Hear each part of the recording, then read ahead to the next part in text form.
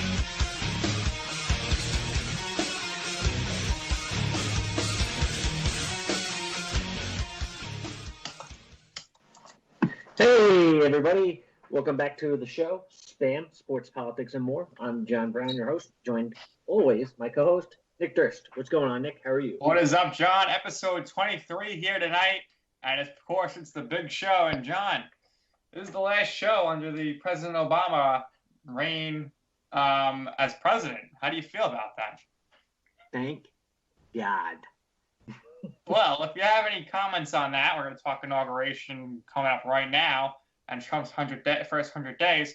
But listen, give us a call. We want to hear from you. We want to hear what you have to say about this or any other topic we discussed tonight.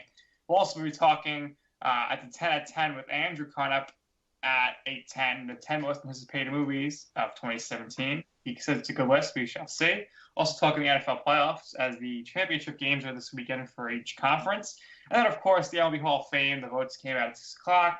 We will get into that. But if you want to give us a call, please do. 718-717-8296 is the number to call. Or you can reach us in the UCI lobby chat or tweet me at Nick_Durst. Tweet John at us_sports. And we'll be taking your questions throughout. And, of course, we'll be checking in on the chat room throughout. And we're sorry for the comment here, John, which is very rare. But Baconator wants to know, I'm wondering who can afford to throw away billions of dollars on CNN. I tell you, CNN they've really shit the bed. They picked the wrong horse in the election. They went out of their way to essentially help Hillary Clinton fix the primaries by getting debate questions with Donna Brazile and that whole thing. And then, Wolf Blitzer is just as bad. But the last thing about this fake news story that they posted, they've lost whatever it is they had in the early 90s as like the first people to come into the space as the 24-hour news cycle, cable news network. They doubled, tripled, quadrupled down on this, Democrat, essentially became the, propaganda channel for the Democrats. And it's unwatchable now. It's terrible. I think that this, inside scoop on this fucking BuzzFeed bullshit on that story that came out last week. I think that was really the cherry on top of the cake. That you're essentially a National Enquirer. You're not even really. Yep, and Trump called them out. For some reason, all these people are getting mad. But regardless of the fact, they will be covering the inauguration this Friday because Donald Trump will be the next president of the United States. John, what are you expecting from this inauguration, and what do you see happening, in his first day in office Friday and first week, and then just the first 100 days? So I really hope that that there's nothing crazy happens during the inaugural, because I am a little fearful that there'll be like some sort of like terrorist attack or something like that. So hopefully everything will we'll be, safe and everyone will have a good time. I actually got tickets to it because I contributed to his campaign. So he sent me a text message, not him particularly, the campaign did, and I got like tickets to the inaugural. I don't think I'm going to be able to make it, but they're sending me these like nice keepsakes that you put into a frame, saying that you're invited to the inaugural, which is really cool for me. The first couple 100 days, I think the first thing he's going to do is get rid of all of these, executive actions. Obama really he went with his phone and his pen and kind of went around and bypassed Congress quite a bit, which I guess is good for him because he got what he wanted. But on the same note, because Hillary didn't win, those things are just going to go away. The first thing that's going to go away is mandatory health insurance. So that anyone who's getting fined for not having health insurance, he's getting rid of that. I think on day one. I think that he might actually be signing that on Friday.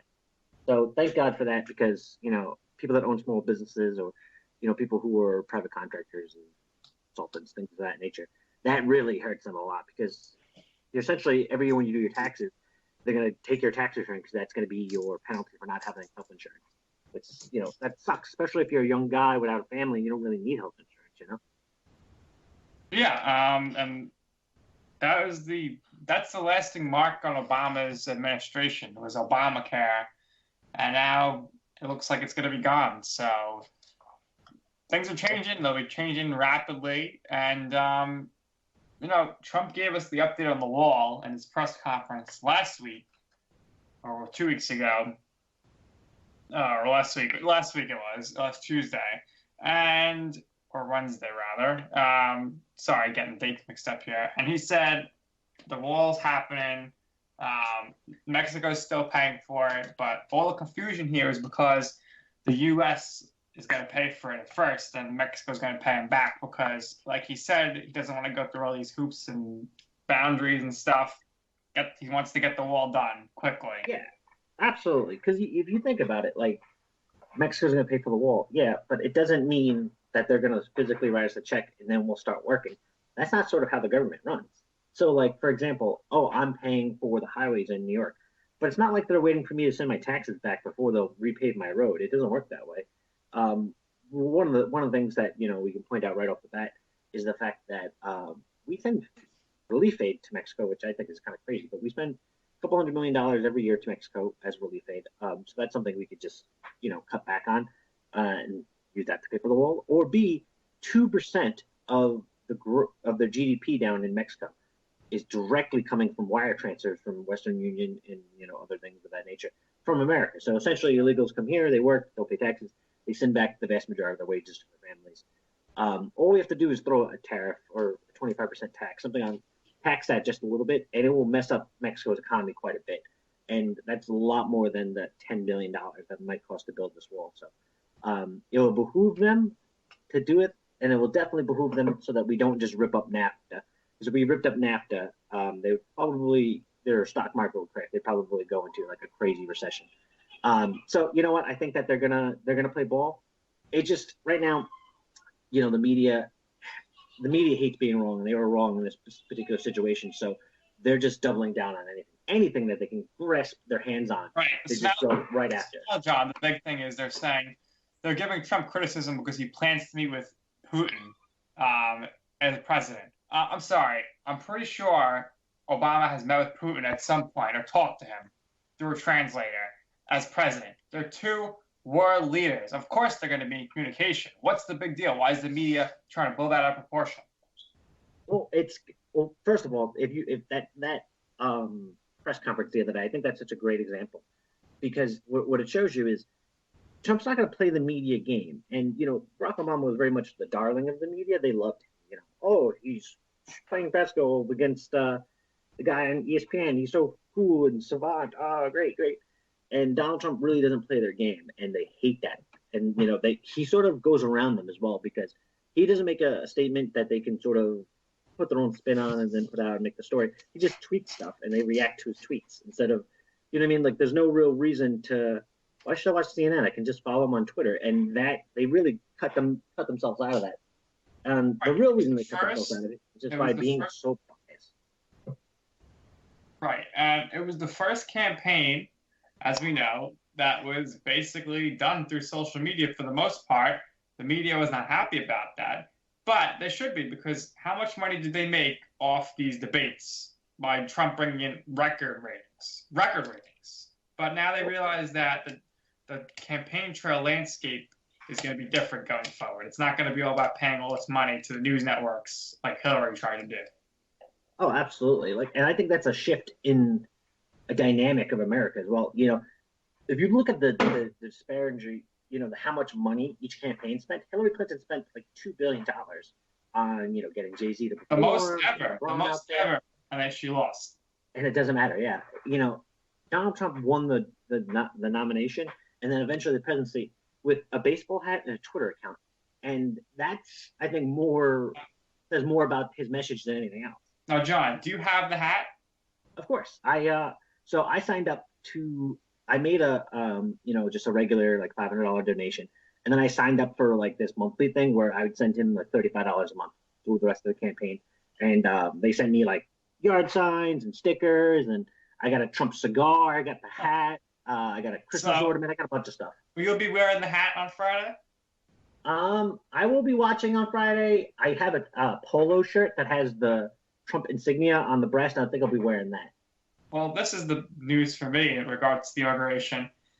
So as we know, I work covering football, and I've been off every Friday because I've been working the weekends. This is the first Friday I have to work, so the chances of me being able to see the inauguration at work are not too high. But hopefully Donald Trump streams it on his Facebook with a Facebook Live, because I want to see history being made. He most likely will. For a 70-year-old guy, you got to admit that his social media prowess is exceptional. Listen, they know these people know what they're doing with the social media. And then, listen, folks, it's 8:12. We're getting to Andrew. But the last thing we're going to address here with the inauguration before we get to the 10 at 10 is what's all these celebrities getting pressured into not attending, or death threats for not saying? It's a real shame that people are really caring so much as to whether a celebrity is protesting Trump or going there to support him. It's not a big deal. It shouldn't concern you. Yeah, it's for all the screaming that Donald Trump's going to be the next Hitler and he's a fascist, they do a lot of fascist-like things, like intimidating people with the threat of violence because they disagree with you politically.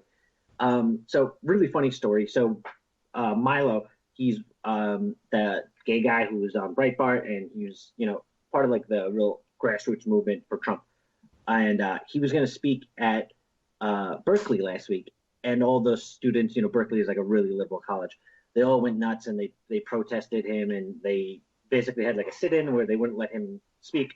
And the students wrote this big sign where it says, "We say no to fascism," but they spelled fascism wrong. They wrote it as fascism, FACISM. Yeah, you can't make this up. Just like, not only did they write it on like not a sign, like a humongous banner that like 30 kids were holding together.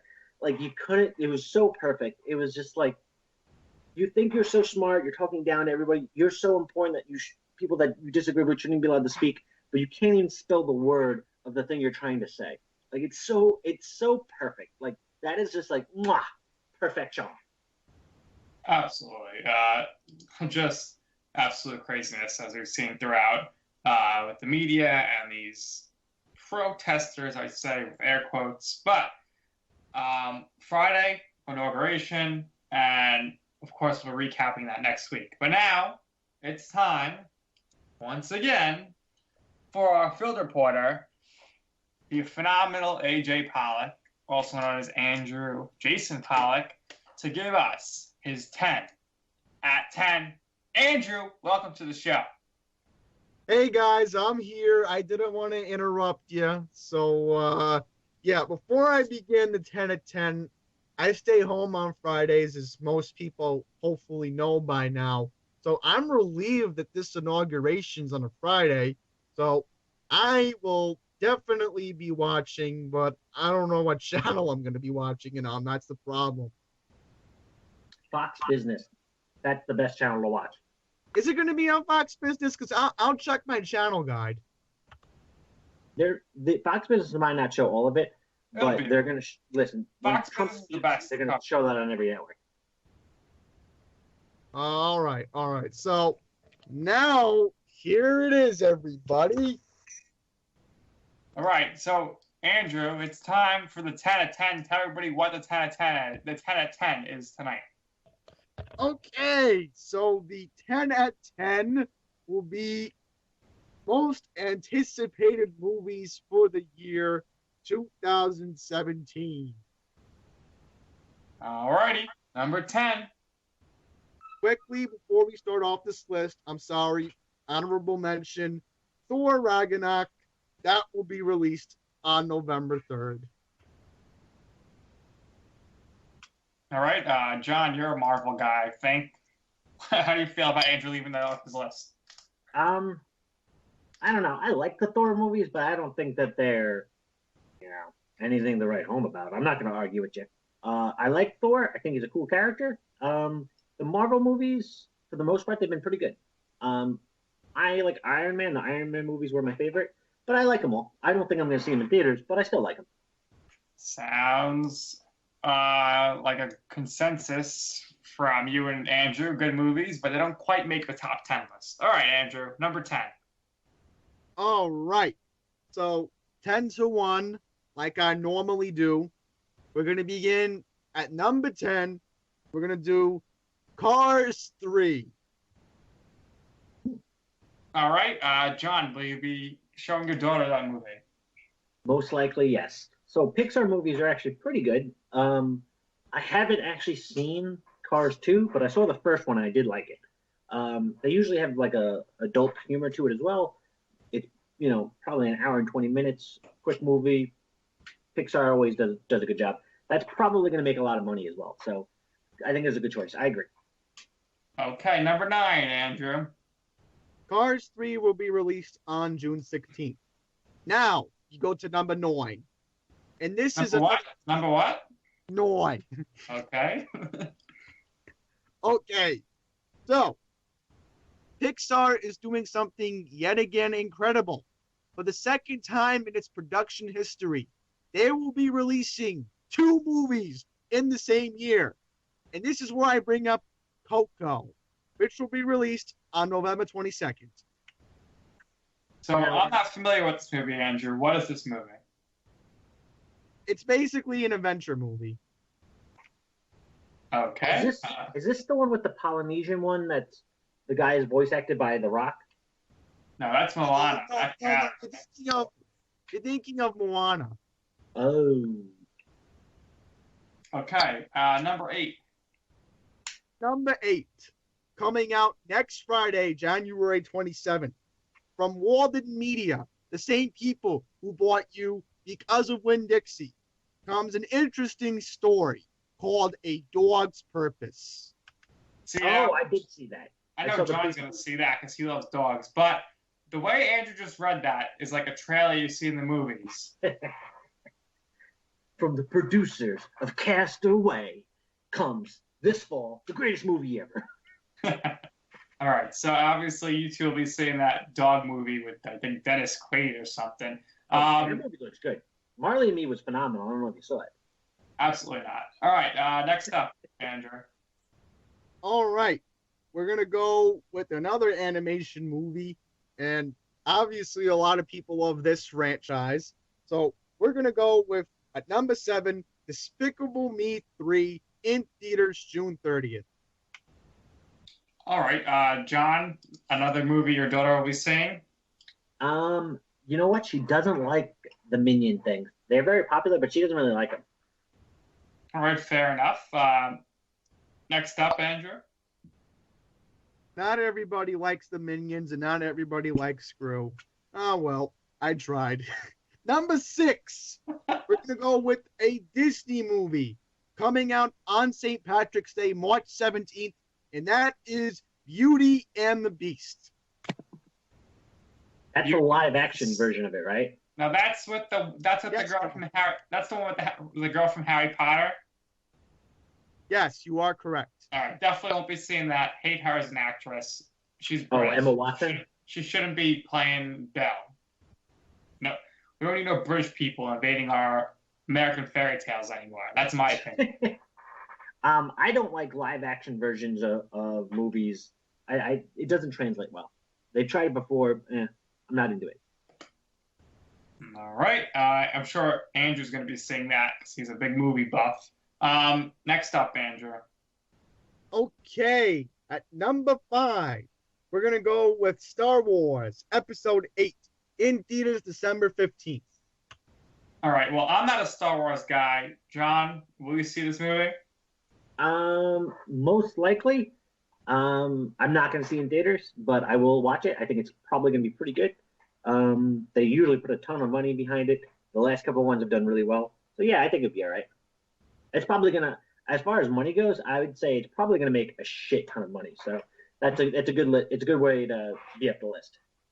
Yeah, probably going to make a lot of money. All right. We're getting to the top here, Andrew. Keep it going. Number 4, coming out on Friday, we're gonna go with The Founder. And what would that be about? It's about Ray Kroc founding McDonald's. I actually saw a commercial about that yesterday, and I was like, wow, this is an interesting movie. So I might see that. Not going to see it in theaters, probably, but very interesting to learn about how fast food was created with this guy, Mr. McDonald. Yes.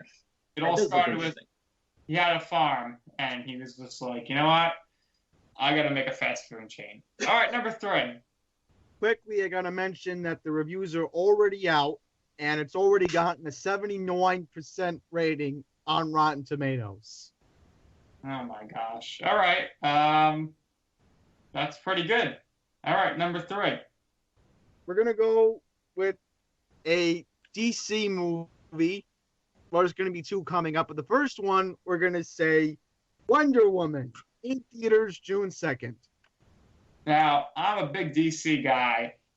I will see this movie. And this is the first time we're going to see a movie centered around a female action hero. John, you're into comics. What's your take on this? I don't know. It really depends. It depends on how well the screenplay is, because this could either be really, really well done, or it could be fucking terrible. So it's with these kind of movies, it's very much like it's on a razor's edge, you know. The Batman Begins and those movies were so good because Christopher Nolan, he's just like phenomenal. Like, so the screenplay and the direction, the casting was all done really well. I don't know who's directing this, but I really hope it's done the same way. If it's not, it's going to be cheesy and unwatchable. So it's I might go see that in theaters. I'm probably going to wait a week or so, read some reviews, see what people on Twitter are saying, and then probably go from there. So what's to note of here is that with this movie, Wonder Woman was in Batman vs. Superman, but this movie actually takes place prior to that, and this takes place around World War I. Guys, you there? Yep. Yeah, what's up, Andrew? You got any input on that? Yep, we're good. All right, did we lose Andrew before we got to his top 2? Andrew, you there? Unbelievable. Yeah, guys, you're coming and scratching. All right. It seems Andrew's having some mic issues over here, which is not good when we're in the middle. Yeah, guys, can you hear me? Guys. Fix the mic! Turn your mic on! My mic is on! Jesus, Andrew, come on. I'm trying to run a business here. Well, the problem is when my computer's overwhelmed, that's what happens. Overwhelmed? What are you doing? I was looking up the cast of the movie Wonder Woman. You guys are not going to believe this. Turns out Wonder Woman's Israeli.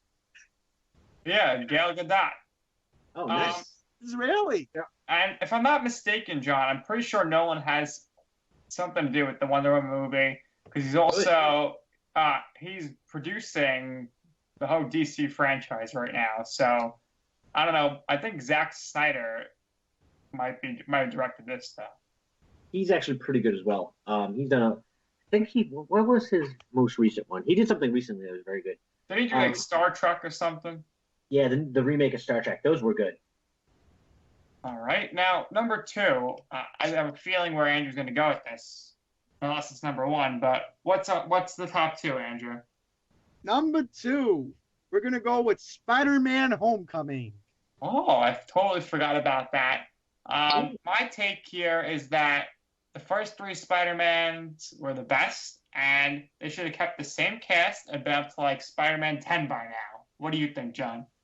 I disagree because the first 2 I thought were really good. The Tobey Maguire third one where he does like the emo stuff and he does like there's like a dance scene in it. That Spider-Man 3 was absolutely terrible. So I did like that they tried to redo it. I like Emma Stone. Spider-Man 1, 2, and 3 were a trilogy. Yeah, but the third one was just bad. It was just poorly done. The Amazing Spider-Man with Emma Watson. Spider-Man 3 with Venom and he was acting that way because he wasn't himself. Yeah, but you don't have to write a dance scene into the movie. It was just stupid. A female audience. All right, so then you had Andrew Garfield, right? As the next Spider-Man. Yeah, he wasn't very good. I did like the girl they picked for that was better, I think. And Emma Stone, yeah. Emma Stone and Dennis Leary was in it. I like that. But the Garfield kid's a bad actor, and he's a little young and puny. I think they tried getting like a younger audience, and I didn't like it. Now the new Spider-Man, Andrew, we have a British actor. I don't know how I feel about that. Also, Zendaya is Mary Jane, which makes no sense. But wait, who? Zendaya. Who the hell's Zendaya? Guys, it's pronounced Zendaya. Oh, excuse me. Oh, who's Zendaya? Who the hell is that? Zendaya is the singer/actress. Apparently, she's been known to be in relations with the Black Panther Party. Really? I did not know. Listen, I don't know if this is the right casting because Mary Jane has always had red hair. So I don't know if this is going to work out too well. Yeah, that doesn't make any sense. I just looked up who she is. Yeah. The character, I don't know. I just don't know. Is she black? I think she's half. Well, she's supposed to be like a ginger redhead, so that doesn't really make any sense. No, guys. I just looked it up, and turns out Zendaya's playing this girl named Michelle. Who? Some punk chick named Michelle. So there's no Mary Jane. That's in the casting. All right, so they're making up a new love interest here. I don't know if Michelle's in the comics or not, but we'll have to see. I'll probably check this out. I've seen all the Spider movies. I don't really like Marvel. I think the name of the woman is Liz Allen. Who's Liz Allen? I think that's going to be the girl that Peter Parker is going after. Okay, we shall see. And that comes out July 7th. I'm out. Yes, I'm out. in theaters. You can't just rewrite a story. Make up your own. Number one. Like Mike Francesa, number 1. What's number 1, Andrew? Before I go to number 1, I have to say this. The original Spider-Man in my heart will still be Tobey Maguire. Absolutely. All right, number 1. Hang on, let me make sure this is correct. You guys can hear me, right? Yeah, we're waiting with anticipation. Hang on, you guys are coming in.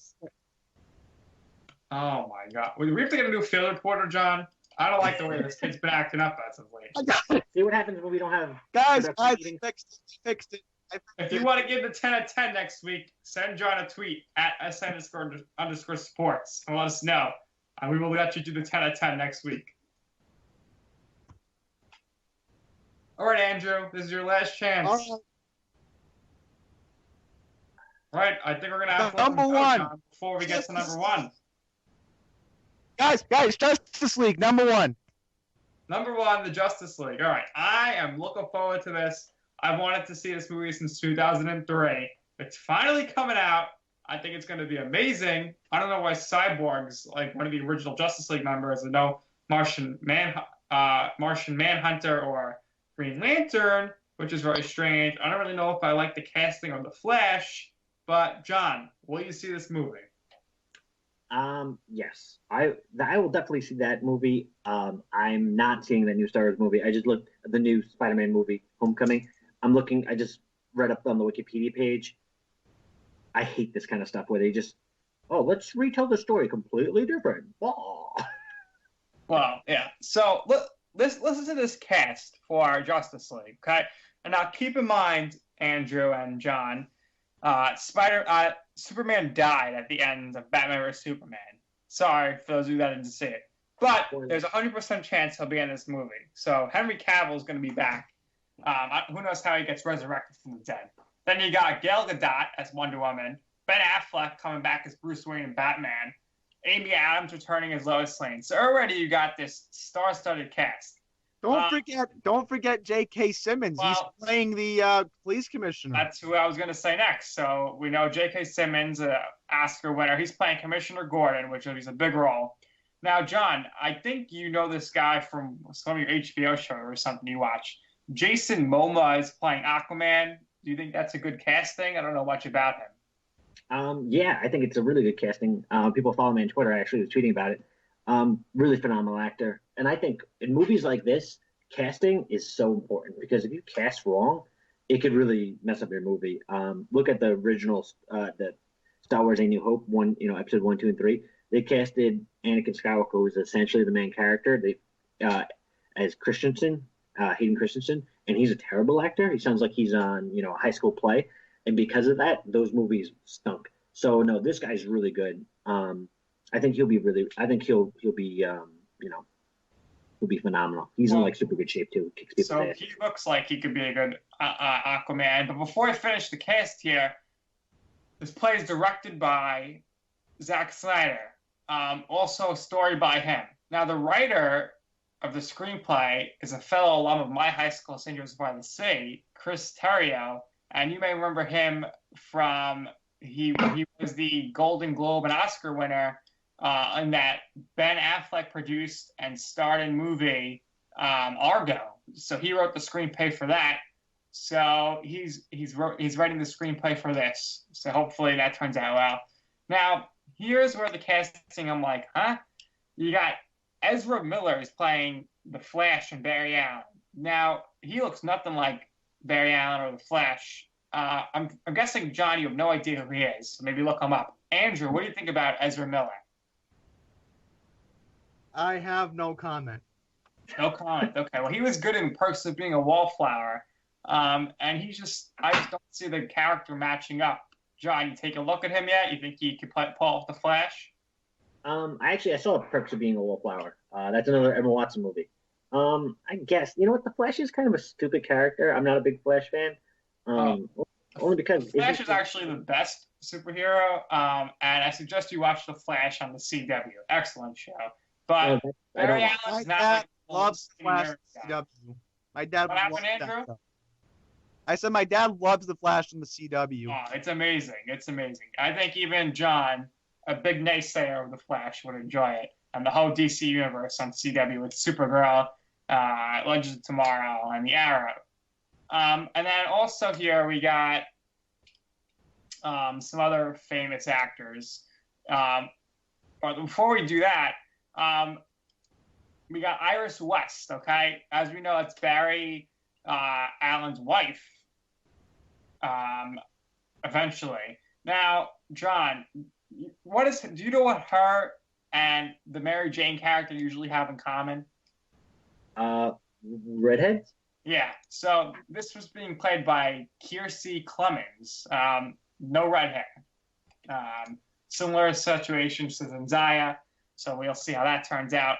Jesse Eisenberg returning as Lex Luthor. Jeremy Irons is playing Alfred Pennyworth. Diane Lane returns as Martha Kent.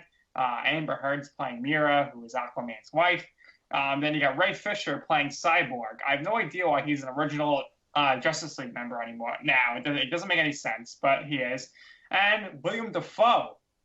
Remember him? He played the Green Goblin in the original Spider-Man. Wait, William Dafoe is going to be in this movie? He is, yes. Who's he playing? He's playing someone named Nudis Volko. So, sounds like a Russian mobster or something to me. William Dafoe. Now I'm looking forward to this. I mean, this staff, this cast is pretty incredible. And we could talk about this all night, but we don't have time. One movie I'm surprised you left off, Andrew, would be Logan. Have you heard of that movie at all? I've heard about it, but can we make it an honorable mention? Well, John, did you hear about Logan? It's the final Wolverine movie, the last movie of Hugh Jackman as Wolverine, and we gotta say, he has been an amazing Wolverine, and they can never replace him. Very, very. I have to completely agree. He's a very, very good Wolverine. Even the X-Men movies that I didn't really enjoy, I like that he was in them. Like X-Men First Class, I wasn't really crazy about, but he was just so good in it. I am gonna see that. I haven't seen the previews yet though, so I got to check out that on YouTube. The original Wolverine, the one like the first one off of him, where it tells like his story before getting the adamantium clothes or whatever. Really good movie. Love that movie. That might be my favorite comic movie. One of my favorite scenes ever in movies was in the first Wolverine, where he's in like the water, and then he like pops out and he goes and the claws come out for the first time, the metal claws. Just a really cool scene. I don't know if you remember that, but that was a good movie. Yeah, I liked it when they showed him like fighting in the Civil War and stuff because he doesn't age. The historical perspective was great. I didn't see the last X-Men movie because he wasn't in it, and I just didn't have an interest. I don't know. I'm not really liking the recasting here with the X-Men. Yeah, that's one of my problems with X-Men First Class is outside of him and I think it was Rogue, they sort of like recasted almost everybody, which sucks. I hate that. The movie I liked, the last X-Men movie I saw was 2 years ago, and it was with the old cast and the new cast. I forget the name of that one. Days of Future Past. Days of Future Past. And that was good. That was a good one. And it received an 8 out of 10 on IMDb, and a 71% on Rotten Tomatoes. But listen, lots of movies to look forward to, and it's good to get some pop culture talk in here. But we'll have to see if Andrew's doing a 10 out of 10 next week. What do you think, John? I think we should give him another shot. All right, You know Andrew. I think I need to close out my internet browser while I'm doing this because I don't think my computer can handle it. All right, Andrew. We shall see you next week. This has been a 10 out of 10, which was really long due to Andrew's. Wait, before I go, let's go Falcons. Let's go Steelers. No and no. All right, thanks, Andrew. We'll give our predictions in a few minutes. But John, we gotta get right into it here. MLB Hall of Fame today. 3 people got in: Bagwell, Ivan Rodriguez, and Tim Raines. Tim Raines is 10th on the ballot. Vladimir Guerrero and Trevor Hoffman falling just short, 74 and 71%. How do you feel about these 3 that got in today? So the Jeff Bagwell getting in, I really, really like. If you look at his numbers, it's super solid. You know, the guy had a really great career. Arguably, he's the best first baseman for essentially a decade. And, you know, he's not really involved in any of the steroid allegations. You know, people made allegations, but his name doesn't come up in any of the anonymous reports or, you know, he has no connection to Jose Canseco. You know, he played in the steroid era, and he's pretty clean. Also, you can look at his power numbers. His extra base hits are consistent throughout. You know, they fall as he gets older, but that's, you know, natural. It's not like he didn't have 80 extra base hits and then 45 the next year. He has a regular, normal career. You can look at it. The guy is absolutely a Hall of Famer. Tim Raines, he stole 70 bases a couple times, which is very impressive. I didn't get to see him play, so I'm only looking at numbers where I saw Jeff Bagwell play. I don't mind either of those. You know, Tim Raines is probably a fringe guy, but yeah, he has really good numbers anyway. It's not, I don't think he's all-time great or anything. Pudge, that's where I have a real problem with. The guy did steroids. It's blatantly obvious he did steroids. He's named in the same report that, you know, came out about A-Rod or David Ortiz. And he falls off a cliff. He's only hit 30 home runs once his whole career. The guy was on steroids. If you look at his numbers, I just pulled up Baseball Reference before the show, and there's a 3-year period where he has almost 200 hits. The rest of his career, he never has more than 150. So that's bullshit. Just look at his games played, though. We have to remember he's a catcher. I understand that, but it's not. These are 3 years right in his prime. So he won the MVP in 99, 98, 99, 2000, 2001. He has 20 plus home runs, 60 extra base hits, and almost 200 hits. He never does anything close to that for the rest of his career, and he never did it prior to either. And that's telling for me. I know he was very good defensively or whatever. He's just, listen, his numbers aren't Piazza's, and they made Piazza wait. He's tainted by steroids. His numbers aren't as good as Piazza. He's not that good. I'm sorry, he shouldn't be on. If he was a catcher in the 80s with these same numbers, absolutely. All right, well, he played for Texas. He is the 7th catcher in MLB history to get in the Hall of Fame. That's a very low number. I definitely think he's one of the 7 best catchers of all time. I never heard of him using steroids, so you saying he has is news to me. I'm going to look into that. I can send you a link. In an interview with the Associated Press in 2009, asking about the 2003 MLB survey of of over 100 plus players who tested positive for steroids, Hudge answers, "Only God knows." Come on, the guy did steroids. You can see his numbers just literally fall right off a cliff. All right. Well, we'll never know. I mean, his worst years with the Yankees, no surprise. They just all careers got to die there. But then he was okay with the Nationals. So now let's go through some of the players who didn't make it this year. Let me know if they should be in or not. I think we could both agree Vladimir Guerrero and Trevor Hoffman are going to get in the next 2 years. Do you think they should get in? I think Hoffman should have got in this year.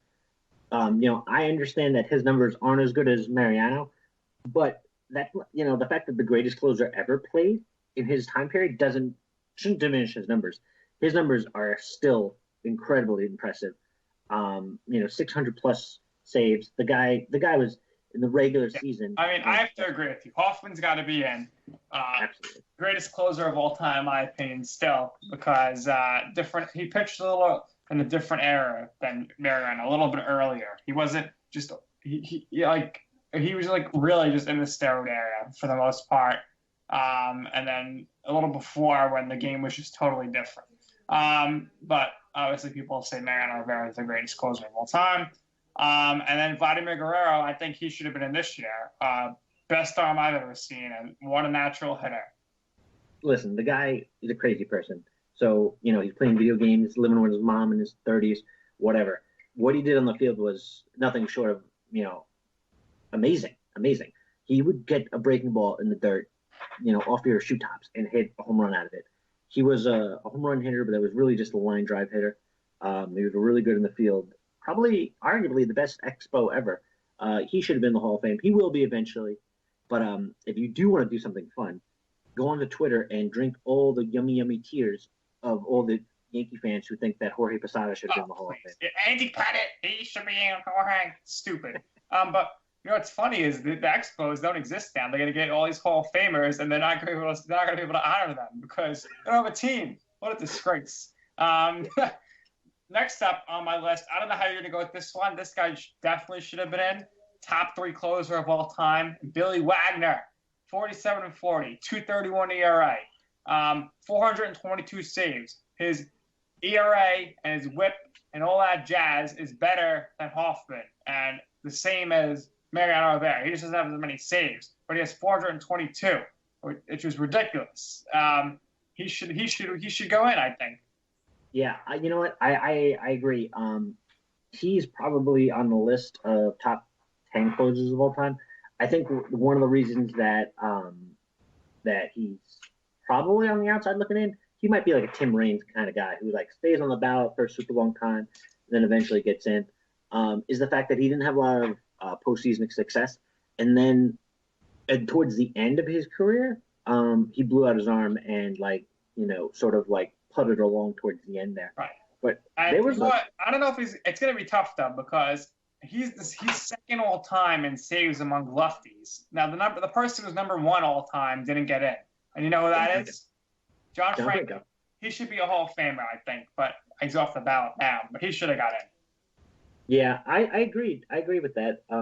You know, it's so strange though, and I think that's part of the reason is that the closer and the save stat are sort of like the new era, like post 1960s, and because of that, like baseball writers are very much like not frown on it, but they definitely don't respect it the way they do with other numbers. Oh, how dominant was he? Blah blah blah blah. Listen, the game's on the line, and you give the guy the ball, he doesn't give up the lead. That's a pretty big stat. It's nothing to really pop your nose at. I understand it's only one inning, but listen, not everybody can do it. The guy's pitching, one inning, and that's why he's not getting these votes. Another position, that's never gotten anybody in is DH, and Edgar Martinez is on the ballot, one of the best hitters ever, pure hitters. I think he should get in, despite the fact that he only DH'd. See, I think it's another conundrum there because his numbers are very good, but he played deep in the steroid era. When you look at his numbers comparatively in the era that he played in, he wasn't he was good, but he wasn't a top 5 guy. He didn't win an MVP, and he didn't finish in the top 5 for an MVP, which is usually like the measuring stick. And the fact that he was just a DH, that I think that hurts him more than anything. But yeah, you see the same thing in other sports. I think eventually he's gonna get in. Like it might be the Tim Raines scenario. Yeah. He was a multi-time All-Star, and he batted .312 for his career. Very impressive. 309 home runs in the steroid era. So we know he wasn't on steroids. So obviously his power numbers aren't as high. But 309, home runs is not something to just blink your eye at. It's very impressive. Of course. And I think this is going to happen. Every year we're going to get further and further away from the steroid era. And it really, it just becomes one of those things that it's out of sight, out of mind. And every year we get further away from it, it becomes less and less of an issue. If you think about it, 5 years ago, we wouldn't even consider the fact that Pudge or even Bagwell or Piazza or any of these guys would be in the Hall of Fame because it was like, Salem witch trial. Any guy who was like working out in the 90s, like, steroids, burn them. But we've softened on that, and we've softened on it and softened on it and softened on it. I think the main 3 guys they're going to hold out. They're going to hold out Barry Bonds. They're going to hold out Sammy Sosa, and they're going to hold out A-Rod. Everyone else, I think they're just going to let in. Maybe Clemens. Clemens. We'll have to see. So let's get to those guys. We got Clemens, who I think is the biggest piece of shit. Was on steroids his whole career, and that's the only reason he was any good. He should never be in. Would you ever vote him in? No, and this is the reason why. Those years that he had on the Astros, where him and Pettit were doing steroids together, is such a blatant smack in the face to everyone else in baseball. Like, right. You had this really good career. You played in the late 80s, early 90s. You were really good. You started to tail off like everyone else and their mother. And then you decided, nope, fuck you. I'm going to do steroids and fuck what's ridiculous is we know he played in the 80s. His best seasons were the late 90s with the Yankees when he was juicing so much. And, there's books out of ball boys who they said that he made them rub junk on his junk before games to get him flaring like a bull, which is disgusting. And let's not forget the guy's an asshole. He thinks bats are balls, and he thinks he's okay to throw balls at players. Guy's a jerk. Screw him. He never gets in. He's a fucking steroid. He was juiced out of his fucking mind. No wonder he's throwing shit at people. Fuck. Yeah, exactly. Now we got Barry Bonds. I think he should get in eventually. I don't know if it's gonna happen though. He got more votes this year. I'm assuming you would never put him in now. No. This is why. It's all about, and the same reason why they're not letting Pete Rose in. It's all about respect for the game. Barry Bonds the drug test though. But here's the problem: is that Barry Bonds was baseball. His father played in the league, and before he started doing steroids, he was a 500 guy. He was going to the Hall of Fame. He stole all those bases when he was on Pittsburgh. Yeah. If he would have just either not did steroids, which would have been nice, or just do a moderate amount of steroids like everybody else. But he decided that fuck you, I'm gonna be Babe Ruth. I'm gonna do all the steroids. I'm gonna hit 70 home runs and My Well, hat size is going to go up 6 sizes. I think Babe Ruth was on stuff back in the day. Nobody says anything about that. I don't think Hey, he's all natural. you know my take on steroids, right? If you do steroids prior to 2003, good on you. It wasn't in the rule book. And baseball's all about cheating. You know, the spitball, all this stuff. People have been cheating since the game started. After 2003, after they started the rule, you're still cheating. Yeah, fuck you. And you know what? That's exactly what he did. And because of that, he disrespected the game. And because of that, the writers will keep him out. He's going to be Pete Rose. He'll be on the ballot for 30 years, and people will have this discussion. They only get 10 years, so I don't know. We'll have to see. Pete Rose definitely should be in, I think, but he's not on the ballot. He's not up for discussion. All right, Manny Ramirez and Sammy Sosa. Let's couple them together. Yeah, they're both. Forget about the steroids for a second. Definitely the two best right-handed hitters we ever saw. But now we're bringing the steroid stuff. So, what do you say, John? Well, a couple of things. That Manny and Sammy had their careers fell apart at 33, and that's because they started testing for steroids. And B, Manny was a straight up liability in left field. Like, the guy was playing in playoff games, not paying attention. He's like a mental midget asshole. Fuck him. I hate Manny Ramirez. He's actually playing in Taipan or some shit right now. He's awesome still. He can still rake. It's crazy. Oh yeah, I'm sure he can rake in the fucking Asian minor leagues. He was one of my favorite players, but I don't think he's getting in. I love Sammy Sosa as well. But so Mark McGwire, he's done. He's off the bat. He didn't get in. Good. Jose Canseco made a tweet today. He said, "How the F is Jeff Bagwell inducted into the Hall of Fame and Mark McGwire is not? That is disgusting. It's a great day for the hypocrisy of the Hall of Fame voting induct all that use PEDs, induct none. How is it not McGwire, Sosa, Clemens, Palmeiro not in the Hall of Fame? That's a travesty. And Bond should definitely be in the Hall of Fame. Are you kidding me? That is disgusting." And so he's basically saying Jeff Bagwell used steroids. Yeah, but he doesn't know that. But he does know. He does know that Pudge did steroids because they were on the Texas Rangers together, and so was Sammy Sosa at one point. That whole team was fucking juiced out of their goddamn mind. Him and Canseco and Mark McGwire were on the A's. Well, Canseco is the father of steroids. Absolutely. They brought it to him first, and other than his book, we really have no idea who used steroids because he's the only person that had a concrete list. They leaked that in 2003 when the Major League Baseball had that survey, it was supposed to be anonymous, and it wasn't.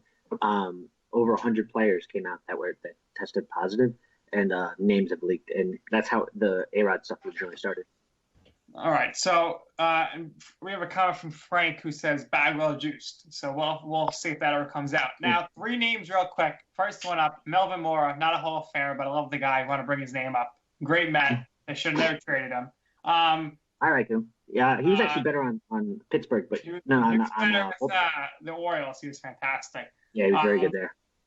Jeff Kent. What do you say? Absolutely Hall of Famer. The fact that he's not in already is crazy. If you look statistically, he's the best second baseman to ever play the game. And he's also won an MVP. So this is. You could probably say there hasn't been a good hitting second baseman as good as Daniel Murphy since Jeff Kent. Yeah, if you want to say leading the league in extra base hits and doubles and RBIs. And let's remember, this guy was a Met, and they traded him for nothing. What did they trade him for? I have no idea. So actually 2 more names. Larry Walker. Now, he played a lot of his career in Colorado, so you don't really know, but tremendous power hitter.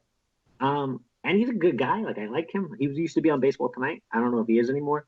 Yeah, his numbers aren't really there, though. He's a switch hitter, which is cool, but his numbers aren't really there. And finally, this guy's got to be in my opinion, the greatest postseason pitcher of all time, and just a fantastic guy, a great Twitter follow, Curt Schilling. I completely agree. Listen, the fact that he's not in, I think, is very much politics. People don't like him, but he's a great Twitter follow. And the bloody sock, that game should get him in the Hall of Fame. He broke the curse. He's won World Series on 2 different teams.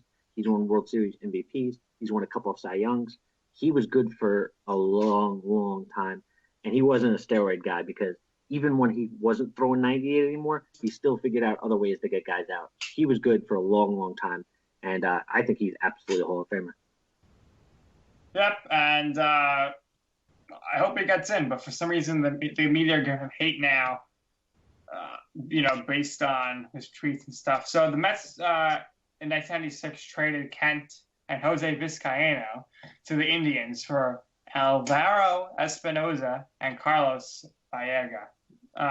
Viagra, I fucking hate that guy's terrible. All right, so that's our MLB talk. Lots of MLB talk coming as we get to the World Baseball Classic and spring training. We love talking MLB. We hope you do too. This is the Mets here, 2017 World Series champs. But let's end it on this, John.